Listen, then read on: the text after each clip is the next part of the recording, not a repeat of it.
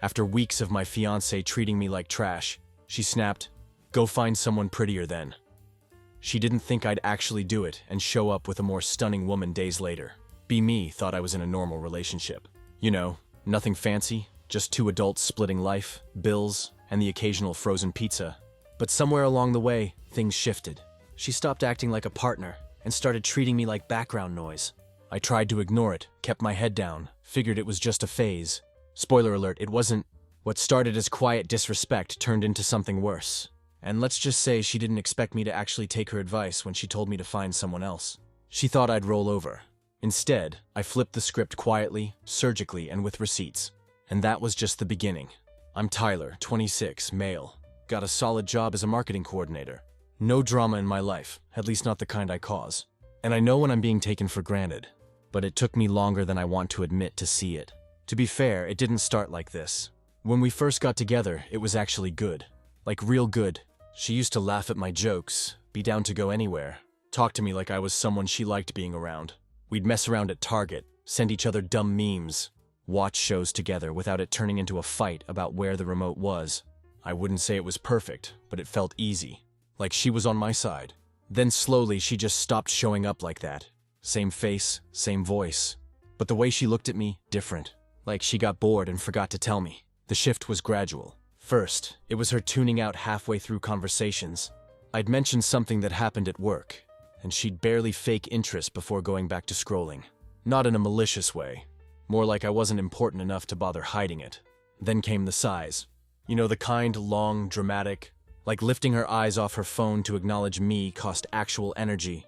I'd ask if she could handle something simple like grabbing groceries or feeding the fish, and she'd act like I asked her to dig a trench. I don't nag, I don't repeat myself. If I ask and you blow it off, fine, that's a choice. But patterns tell you everything. And hers were screaming, "I don't care." I started staying out more. I'd hit the gym longer, take the long way home, grab burgers with Dylan. Dylan's my best friend, 26, male. Being home felt like being in timeout for something I didn't do. And she didn't seem to notice or care. Then one Tuesday, Dylan called me to help move this clunky old dresser into storage. While we're figuring out how to wedge it down a narrow stairwell without breaking the banister, his friend Sophia shows up. She had extra moving straps or something. Right away, she was easy to talk to. Chill energy, sarcastic in the good way, not the Jessica way. We get the thing moved, grab some Chinese food after, end up sitting across from each other at the table. I find out she's looking for a place, crashing with her cousin temporarily and trying to avoid getting stuck with a weird Craigslist roommate. We talked the whole time, like actual conversation. I wasn't trying to impress her or be funny or anything, just talking. She asked questions, she listened, she even laughed a couple times. And when I mentioned having a girlfriend, she just said, "Hope she treats you right?" That stuck with me because honestly, I couldn't remember the last time Jessica even asked how my day was. I got home that night and saw her curled up on the couch, glued to her show. Not even a hey, just, "Can you not walk so loud? I'm watching this." It hit different after talking to someone normal for a few hours. Not someone blowing smoke, just someone who wasn't annoyed by my existence. That night I laid there thinking, why am I still doing this? I didn't do the dramatic "we need to talk" thing. That's not my style. I just mentally tapped out, started keeping to myself. I didn't push for conversation, didn't argue, didn't offer plans. She wanted to treat me like a roommate. Fine. I became the quiet one. I also started saving. I wasn't sure if I was moving out or just buying time, but something was changing. Then came the washing machine situation. It broke again. And guess who had dealt with it the last 3 times? Yeah, me. So I asked her just casually if she could be the one to text the landlord this time. She looks up from her phone and says, "Why is this my job?" I said, "Because you live here too. Unless that's somehow changed." She scoffed, gave me this annoyed groan and said, "You've been so needy lately? What's your deal?" I laughed, and I don't mean nervously or sarcastically. I laughed because it was funny how blind she was. "My deal is you treat me like an inconvenience." And without missing a beat, she hit me with it. "If you don't like it, find someone else." That's when it clicked right there. I didn't flinch, didn't raise my voice. I just looked her dead in the eye and said, "Already did." Now, let me be clear. I wasn't talking about Sophia romantically, but I had found someone else to live with. Someone respectful. Someone who didn't make every sentence feel like a favor. She blinked like she was trying to process it. Finally asked, "Wait, what?" I said, "You'll see." Walked into the bedroom, shut the door, and texted Dylan. Me. "Sophia still need a place?" Dylan. "Yeah, she's been looking all week." Me. "Tell her I've got a room opening up. See, the thing about Jessica was she never thought anything would actually happen.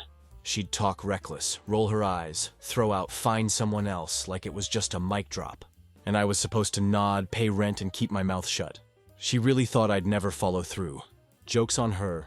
I wasn't the one leaving. She was. Next morning, I made coffee like normal. Sat at the kitchen table, scrolling listings for desk chairs. I wasn't trying to be dramatic. I just wanted a more comfortable workspace now that peace was coming. She came out of the room in that same old hoodie she never washed, face buried in her phone, walked straight past me like I didn't exist. I said, "We need to talk." She didn't look up, just kept scrolling like I was background noise. "About what?" "About you moving out." She gave a short fake laugh. "You're not serious?" "I am. I gave you time to fix things. You didn't. I'm not sitting in limbo waiting for you to remember how to treat someone right. This is done. We're done." She looked up. "Wait, what?" "You were never on the lease, but I still gave you the full 2 weeks. I'm not you." She blinked like her brain stalled for a second. "You're actually kicking me out. I'm ending something that's already dead." I just didn't pretend otherwise. She stood and walked to the counter, picked up the paper like it was some prank. Her hands shook a little as she read it. "You're really replacing me with some girl?" she snapped. I looked her straight in the eye. "I'm not replacing anything. I'm removing what shouldn't be here anymore." Her voice got sharp. "Who is it?" "Sophia." "Sophia who?" "Dylan's friend from the barbecue." She looked like she swallowed glass. "That girl. You're serious?" "She needed a place. I had one open up. That's how adults handle things." "You're doing this to hurt me," she hissed. I shook my head. "Nah, I'm doing this to stop sabotaging myself." She just stood there blinking hard like she was holding back some breakdown. I didn't flinch. I didn't argue. I walked into the living room and turned on the TV. Later that night, I texted Sophia, let her know the lease switch was approved and the 2-week notice had been delivered. She replied 5 minutes later. "Cool. I'll bring my first load next Wednesday and stash it in the closet till move in." Simple, no drama, no emotional landmines. It was weird how clean and mature that felt. The next night was tense, but not the kind she expected. Jessica tried the silent treatment like I'd panic and crawl back.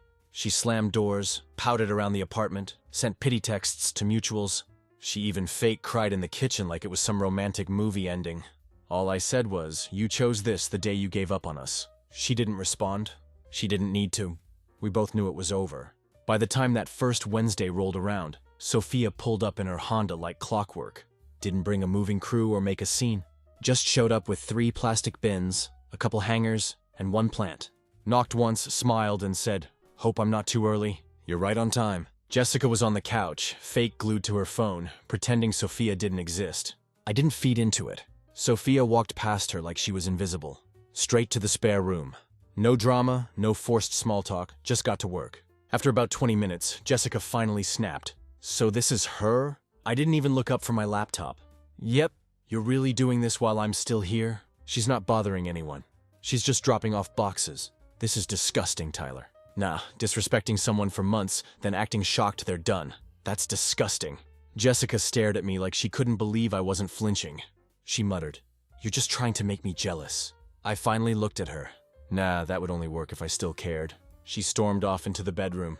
Sophia looked over, smirked a little, and kept unpacking. After Jessica left the apartment that evening, probably to Chloe's to complain, I walked past the hallway and heard Sophia say, "Well, that went smoother than I thought." I just grinned. "We're only halfway through," and she laughed like she already knew. So Jessica had 2 weeks to get her stuff out, and she spent the first 5 acting like she was still in charge of the place. Walking around like she owned the walls, slamming cabinet doors like I was supposed to flinch. I didn't. She tried a few soft approaches at first, stuff she probably thought would work. One night she ordered takeout, left an extra box on the counter with my name on it. I didn't touch it, threw it in the bin. Another night, she folded my sweatshirt that was on the couch and put it on my bed like we were still playing house. I didn't react, I didn't even acknowledge it. That kind of silence drives people like her insane. Especially for Jessica. Now she feels threatened by Sophia. On day 6, the text started, from Chloe, of course. Chloe, "Hey, Jessica told me you're kicking her out for no reason." Me, "Nah, she gave me the reason herself. I just followed through." Chloe, "She's having a hard time. You really think it's okay to humiliate someone like this?" Me, "Tell her to pack faster." That was the last message I sent. Jessica must have realized Chloe wasn't getting anywhere because the next morning, she tried a new tactic. She waited until I was heading out the door and suddenly blocked the hallway. "Can we talk?" she asked, arms crossed, trying to sound calm. I stopped. About what? She stepped back, looking almost rehearsed. I don't want to fight. I just feel like everything's happening too fast. I get that you're mad, but don't you think kicking me out over a fight is extreme? I tilted my head and laughed. You think this is only about a fight? You called our relationship lame. You mocked everything I did. You told me to find someone else. You didn't think I'd take that seriously. She looked at me like I was the problem. It was a figure of speech. I stepped around her and opened the door. So as I'm done. When I got back that evening, the mood had changed. She'd lit a candle. The apartment smelled like vanilla or something, and music was playing on her phone. I walked in, dropped my bag, didn't say a word. She waited. Thought maybe we could have a normal dinner, she said, pointing at 2 plates on the table. I glanced at them. Microwave lasagna. Trying to win points this late in the game? I asked. She sighed. I'm trying to show I still care. You didn't care when I was fixing the washing machine and paying the bills. You cared now that someone else is moving in. Because it's weird, Tyler. You're moving in some girl you barely know. She's not replacing you in a relationship. She's replacing you as a roommate. There's a difference. Jessica shook her head. You think I'm just going to walk away like it didn't mean anything? It meant something until you acted like I didn't. She didn't reply. I went into my room. A few minutes later, she slammed the bathroom door. That weekend, Sophia texted asking if I'd be around for her to drop off more of her stuff. I told her to come by Sunday afternoon. Jessica was out for most of the day anyway, probably at Chloe's trying to rewrite the story for sympathy. Sophia showed up with a small luggage bag and another bin. I let her in. She nodded and got to work moving everything into the spare room without making a sound. She paused once to ask, "She's still here?" "Yep." "Should I brace for impact?" I smirked. She's been quiet. She's trying the nice girl act now. Bold strategy. About 30 minutes later, Jessica came home. Door opened, keys dropped, footsteps stopped. She saw Sophia standing by the hallway holding a few hangers. There was this weird silence, long enough to be awkward. Then Jessica crossed her arms and said, "You don't feel weird being part of this?" Sophia tilted her head. "Part of what?" "This. Moving into a place where you're clearly not welcome." Sophia looked around, then at me, then back at Jessica. "I don't live with you. I'm moving into Tyler's apartment. You just happen to still be here." Jessica stepped forward. "You know nothing about us." "Cool. I don't care about us. I care that rent's paid on time and the bathroom stays clean." That shut her up. Sophia went back to her room and Jessica turned to me. "Wow, real classy. You wanted someone who wouldn't ask you to participate in life. Now you're getting what you wanted. Don't get upset just because someone else is better at it. You're bitter." "No, I'm focused." She stormed off again, and this time she slammed the door harder than usual. Something in the apartment shook. I didn't even flinch. A couple hours later, I got a call from Dylan. "You're not going to like this," he said. "Already don't." "What is it?" Chloe posted a thread in her private group. "Claims you emotionally manipulated Jessica. Kicked her out so you could live with your side piece and that you're financially abusive." I blinked. "Financially abusive? How?" "She said you control all the bills, the lease, and access to the apartment, and that you're using it to punish her emotionally." I laughed. She lived here for free. Never once paid her half of rent. If anything, I financially spoiled her. Dylan said, "I know. Everyone else knows. She's just throwing stuff at the wall now. Let her. Nothing sticks when you've got receipts." And I did. I'd saved every rent receipt, every utility bill, every grocery order I paid for. If she wanted to play that game, I was ready. By the 10th day, Jessica had stopped trying to win me over and started pretending like she was some innocent tenant caught in a hostile lease dispute. She walked around quiet, stayed in her room more, cleaned up after herself for once. If I didn't know better, I'd say she was trying to rebrand. She didn't say much and I didn't ask. I had my mind on the finish line. 4 days to go. I'd already cleared it with the landlord. Lock change scheduled. Keys getting swapped the morning after she was out. All I had to do was sit tight and not let her bait me. Then something weird happened. Sophia and I were eating in the kitchen. Nothing formal, just grabbing food at the same time. She mentioned something about one of her friends who works at that overpriced rooftop bar downtown. Jessica had been there a few weeks back. I remembered because she came home that night wearing heels, clearly buzzed, and tossed her jacket on the floor like she was allergic to hangers. That was about 3 weeks before the breakup. I didn't say anything, just asked Sophia casually, "Which place?" She said the name. I raised an eyebrow. Same spot Jessica had been bragging about for days leading up to that night. Said Chloe knew someone who could get them in without waiting in line. "Why?" Sophia asked, noticing my face. I shrugged. Jessica and Chloe were there a while back. She came home acting different. Different how? I took a second to think. She was weirdly nice the next day, almost fake about it. Didn't even insult my taste in TV. That's not normal for her. Sophia smiled a little but didn't push. Later that night, something clicked. I remembered Jessica left her Uber app open on the kitchen counter while charging her phone the day after that night out. I wasn't snooping, it was just right there. She'd left the Uber app open while it was charging. Probably forgot to close it. I glanced and saw the trip history still pulled up. Drop off at 9th and Jefferson. Not our place. At the time, I didn't think much of it. Maybe she shared a ride with someone and walked. But now, with what Sophia said, it started scratching at something. I pulled up my old texts. I'd messaged her that night asking when she was heading home. She replied at 11:47 p.m. with, "Already back, just changing, be home soon." That didn't match the timeline at all. I'd been asleep by 1 a.m., and she hadn't come through the door until after that. So I ran a little test. Next day, while she was gone, I casually asked Sophia if her friend at that rooftop spot still worked there. She nodded. "Yeah, she bartends Thursday through Saturday. Why? You think she'd recognize someone if I showed her a picture?" Sophia gave me a long look.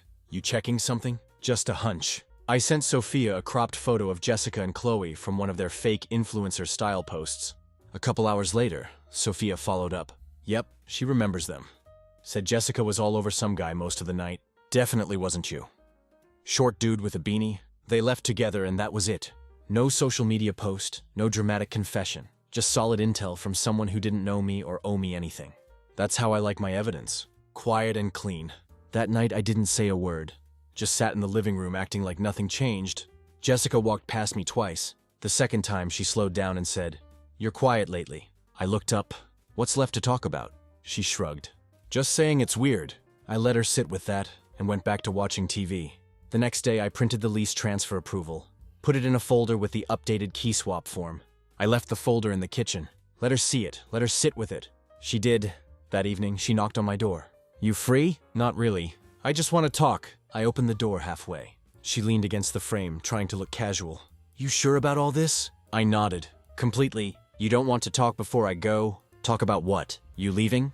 "About what happened between us." "You mean how you checked out, treated me like furniture, and then disappeared with some guy in a beanie?" Her expression cracked for half a second. "You've been asking me to talk, so let's talk." "Who is he?" "I don't know what you're talking about." "Rooftop bar, your girl's night. You didn't come home till after 1 a.m. Told me you were already back around midnight." "Why lie?" Jessica straightened up, defensive now. "You're spying on me." "Nah, I just remember things. Your stories never added up." She didn't answer. I pushed again. "Was it worth it?" Her eyes dropped. "It was just a night. I didn't think it would matter." "You cheated." "It wasn't serious. Don't be dramatic, but it happened." She nodded once. Quiet. "Cool. Now I know." She looked up. "You're not even mad." "Nah, I'm relieved. You just confirmed I made the right call." She looked like she didn't know what to say next. So I closed the door and went back to what I was doing. Later, Sophia walked by and handed me a sticky note with a grin. She packed an entire box wrong. Breakables at the bottom, books on top, zero survival instinct. I laughed. Explains a lot. The closer her move-out day got, the more she tried to pretend everything was normal. She started using polite phrases like, "Excuse me," and "Do you want anything from the store?" Like manners could fix months of being dismissive and cold. I didn't bite. I wasn't interested in fake niceness. I had a plan. The confirmation was already there. She'd lied, she cheated, and she got caught. But I wanted it in her own voice. Not for drama, just leverage. Something I could hold on to if she tried to spin it after she was gone. So I made it easy for her. I stopped avoiding her. Left the door open when I worked in my room. Moved around the apartment without keeping distance. No pettiness, just normal movement. Like I wasn't fazed by anything anymore. That always gets under people's skin more than yelling ever does. She picked up on it fast. The tension from her side shifted. She started being nicer, offering leftovers, asking about my day in that awkward performative way people do when they're testing if the door is cracked open. I gave her a neutral yes or no every time. That was all she got. On day 12, she finally asked if we could clear the air. I told her sure. The next night, I said I'd be home early and we could talk before she finished packing. She looked surprised I agreed, but she smiled like she thought she was finally getting somewhere. She wasn't. That night, I made sure everything was ready. Phone on airplane mode, voice recorder app installed, mic sensitivity set to high. I wasn't worried about laws. We lived in a one-party consent state.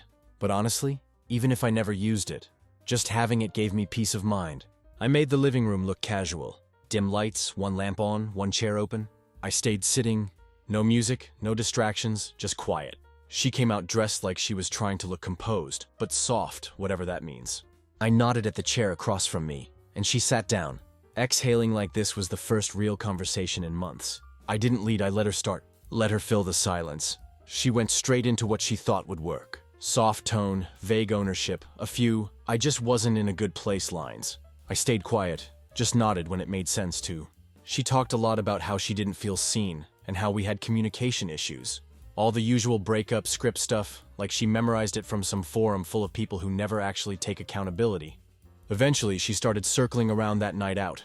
The rooftop bar, the one that got her caught. She danced around it at first, said it was a confusing time, and that she made mistakes she didn't know how to explain at the time. No specific names, no dates, just phrases meant to soften the edges. I let her keep going. After a long pause, she said she'd crossed a line one night, but that it wasn't emotional and meant nothing. That was the moment I shifted in my seat, not to act, just so she'd think I was reacting. She noticed and doubled down. She said she regretted it, that she knew it would hurt me. But at the time, she felt like we were already done. The words came easy to her, like she justified it so many times to herself that it no longer sounded dirty. She wasn't confessing, she was rebranding. She didn't realize she was doing exactly what I needed. I let her finish. No questions, no accusations, just silence. When she ran out of things to say, she asked if I had anything I wanted to say back. I said no. "You already said everything I needed to hear." She looked confused. "That's it?" I nodded. She lingered for a second like she was waiting for a fight or a hug or something in between. I gave her neither. She went back to her room. I stayed in mine, replayed the recording, and trimmed it down to just the essentials. Her words, her timeline, her justification, all in her voice. I wasn't going to wave it in her face. This wasn't about her knowing. It was about me having the last word without saying a thing. The next morning, I saved it to a flash drive and made a backup. I didn't need to use it yet, but I would soon. I forwarded the move-out confirmation to the landlord, scheduled the final inspection, and picked up the spare key change form. No delays, no chaos, all clean and handled. She didn't say much the rest of the day. I think she knew something shifted. Maybe not what, but the energy was different. The silence now wasn't awkward.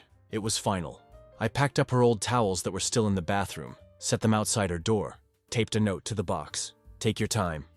You've got one more night." She didn't respond, didn't knock, but I heard her moving around until almost 3 a.m. She left on a Thursday. Didn't even say goodbye. Just slipped out mid-morning after I left a spare key envelope on the counter labeled "Return Only." That was it. Door locked, curtains open. Nothing of hers left inside except a half-used shampoo bottle and a pair of socks jammed behind the dresser. I tossed both in the trash. I wasn't interested in closure. I wanted a clean slate and some very calculated fallout. See, I didn't just record her for kicks. I didn't plan this revenge like a movie. I planned it like a job. Boring, effective, undeniable. No rants, no social media sob stories, just real damage where it counts. First step, leverage. Jessica was part of a leadership mentorship program tied to her graduate school. She'd talk about it like it was her second job. Women in leadership, integrity and action, workplace ethics. Her whole brand revolved around being a strong, loyal woman paving the way for others. Except she wasn't, and I had her voice confirming that. I waited 3 days, then sent an email. Not to the program's director directly, but to the compliance contact they listed for issues involving ethics violations. Short, professional, and clean. "Hi, I'm contacting you regarding one of your participants, Jessica. I've attached a time-stamped audio file containing an admission of dishonest conduct that may be relevant to your program's stated code of conduct. I'm not seeking further involvement, just ensuring the information reaches the right hands. Respectfully, Tyler." Attached was the trimmed audio, her own voice admitting she cheated, hid it, and lied while still representing the program. Did I feel bad? Nah. She built her whole life on being seen as morally perfect. That's what she marketed. She played fake, so I sent the real. Within 48 hours, I got a reply. "Thank you for bringing this to our attention. We are reviewing the matter internally and will follow up as necessary." Translation, she's done. The second wave came next. Jessica had been spinning a narrative for months, even before the breakup, painting me as emotionally unavailable, saying I was stifling or cold. She used that angle to justify the distance to her friends and probably to that guy she cheated with. So I dropped the truth into the friend group. Not all of them, just the ones who had clearly picked sides or asked questions after she left. Sent a single message in the old Hangout group chat. "I know there's been some mixed info going around. Just want it clear. She admitted to cheating. I have the audio. She was still texting me about fixing things while messing around with someone else. Y'all can believe whatever you want.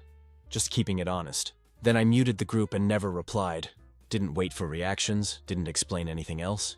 That kind of message doesn't need commentary. It just lands. Sophia later told me Jessica freaked out. Chloe messaged her asking if it was true, and instead of denying it, she pulled the "that's not the full context" defense. That's when she knew she lost the room. Chloe distanced herself. Dylan didn't respond to any of Jessica's check-ins. A couple others unfollowed her. Quiet exits, the kind that hit hardest. Now, here's the part I didn't expect to go so perfectly. Turns out Jessica had been chatting up some guy she met through one of Chloe's mutuals. Some clean-slate rebound dude who didn't know her full history. Apparently, she'd been texting him weeks before she moved out, lining him up while still apologizing to me. She'd been lining him up as a fallback plan, probably hoping to pivot to him publicly once she moved out. I didn't even have to expose her. Dylan ran into the guy at a game night, and completely unprovoked asked if he was still seeing Jessica. Dude goes, "Kind of. We've been talking. She just got out of something messy." Dylan straight up goes, "Did she tell you she cheated and tried crawling back to the guy she cheated on? Because that happened like on record." That was it. Dylan didn't even text me about it until later. Just casually, "Think I ruined Jessica's rebound LMAO. Sorry, not sorry." By the weekend, I get a long paragraph from Jessica. Starts with, "I know you're angry, but this is going too far." Then it shifts to, "You're ruining my chances at rebuilding my life. I never hurt you intentionally." And ends with, "Please stop. You've made your point." I didn't reply. 3 days later, she tried to file a harassment complaint with my landlord. Didn't go far. I had the lease record, the voice log, her written acknowledgement of the 2-week notice, and proof she had no rights to the apartment anymore. Landlord called me and literally said, "You're in the clear," but what did she think would happen? She was grasping, desperate, cornered. That same day, I get a message from someone in her program. A guy I barely knew who just says, "Yo, I heard what happened. Cold but clean. Respect." I knew right then. She was out. I didn't celebrate. No gotcha party. I just went for a walk, came home, ordered some wings, and watched the end of a show I'd been ignoring. It was over. No dramatic explosion, no revenge post. Just Jessica sitting in her quiet new apartment with fewer friends, no job lead, no fake advocacy image, and no one left to lie to. And me, still here, still chill, still winning. I figured I'd seen the last of her after the messages, the lies getting exposed, the leadership program quietly kicking her out, and her rebound ghosting her like she was contagious. I figured Jessica would disappear into embarrassment and go lick her wounds in private. But nope, that would have required self-awareness. Instead, 3 weeks after she moved out, I got a knock at the door. Not a text, not a call, a full-on pop-up visit. I opened it, half expecting it to be Amazon. Nope, it was Jessica standing there like nothing had happened. Dressed up, makeup done, like she was trying to convince the world or me that she still had control. Her smile looked like it was stapled to her face. "You didn't answer my texts," she said, trying to sound calm. But her voice cracked halfway through it. "Yeah," I said, "and that was kind of the point." She didn't like that. Jessica brushed past me without asking. Stepped into the living room like she still lived there. I didn't even stop her. I just shut the door behind her and leaned on the frame, watching. She turned around, eyes darting like she was trying to find her footing. "This is insane, Tyler. You've made everything worse than it needed to be." I raised an eyebrow. "Worse than cheating and lying about it. That's impressive." Her face twisted. "You knew we were struggling. I was trying to figure things out. You pushed me away for months." I let out a dry laugh. "So your solution was sleeping with some dude during a hangout and then spinning the story to make me look cold. You didn't even fight for me." "I don't fight for people who already surrendered." That hit something. She stepped closer like she was gearing up to cry or yell. "Maybe both. You've ruined everything. I lost my program. My friends think I'm some manipulative freak and you just moved on like I didn't exist. Funny how me giving you space turns into manipulation once you don't control the narrative." She blinked like the concept had never occurred to her. "I made one mistake," she snapped. "One, and I owned it. But you made it your mission to humiliate me." "One mistake," I repeated. Sleeping with someone behind my back wasn't the only mistake. Lying about it. Telling people I was abusive. Making up stories about how I held you back in life. That's not one mistake. That's a resume." She flinched. For a second, it looked like she might drop the act, but instead she doubled down. "You're so bitter. You've always been like this. Selfish, cold, emotionless. You think being calm makes you better than everyone?" I gave her a look. "I think being calm kept me from dragging you through court for defamation." Honestly, you're disgusting, she spat. You think just because you have receipts that makes you the victim? No, I said. Having receipts makes me smart. You being here begging makes you pathetic. Her mouth opened, then shut. I walked past her and opened the door again. We're done, Jessica. I mean, really done. This whole visit. Not getting you sympathy points. Not getting you back in my life. It's just making you look worse. You'll regret this, she said quietly. Not likely. She stormed out without another word, heels clacking like a toddler trying to stomp the earth into submission. I shut the door behind her and locked it just in case she had any wild ideas about circling back for round 2. That night, Sophia brought over Thai food, and we crashed on the couch watching dumb shows on mute while laughing at the captions. No drama, no screaming, just peace. A few days later, I heard through Dylan that Jessica tried to guilt-trip Chloe into hosting some girls' night to decompress. Chloe bailed last minute. The group chat she used to run was dead silent now. Nobody wanted to touch her mess. Not because of me. I'd been hands-off since the recording, but because everyone saw her unravel and nobody wants to sit front row for a breakdown. Jessica wasn't a villain in their eyes. She was worse. She was pathetic. The kind of girl who had it all, burned it for nothing, and then cried when the ashes didn't throw her a pity party. And me, I didn't post about it. I didn't rub it in anyone's face. But I also didn't let it go unpunished. Some people go nuclear. I just flipped the breaker and let her sit in the dark. She lit the match. I just made sure it had oxygen.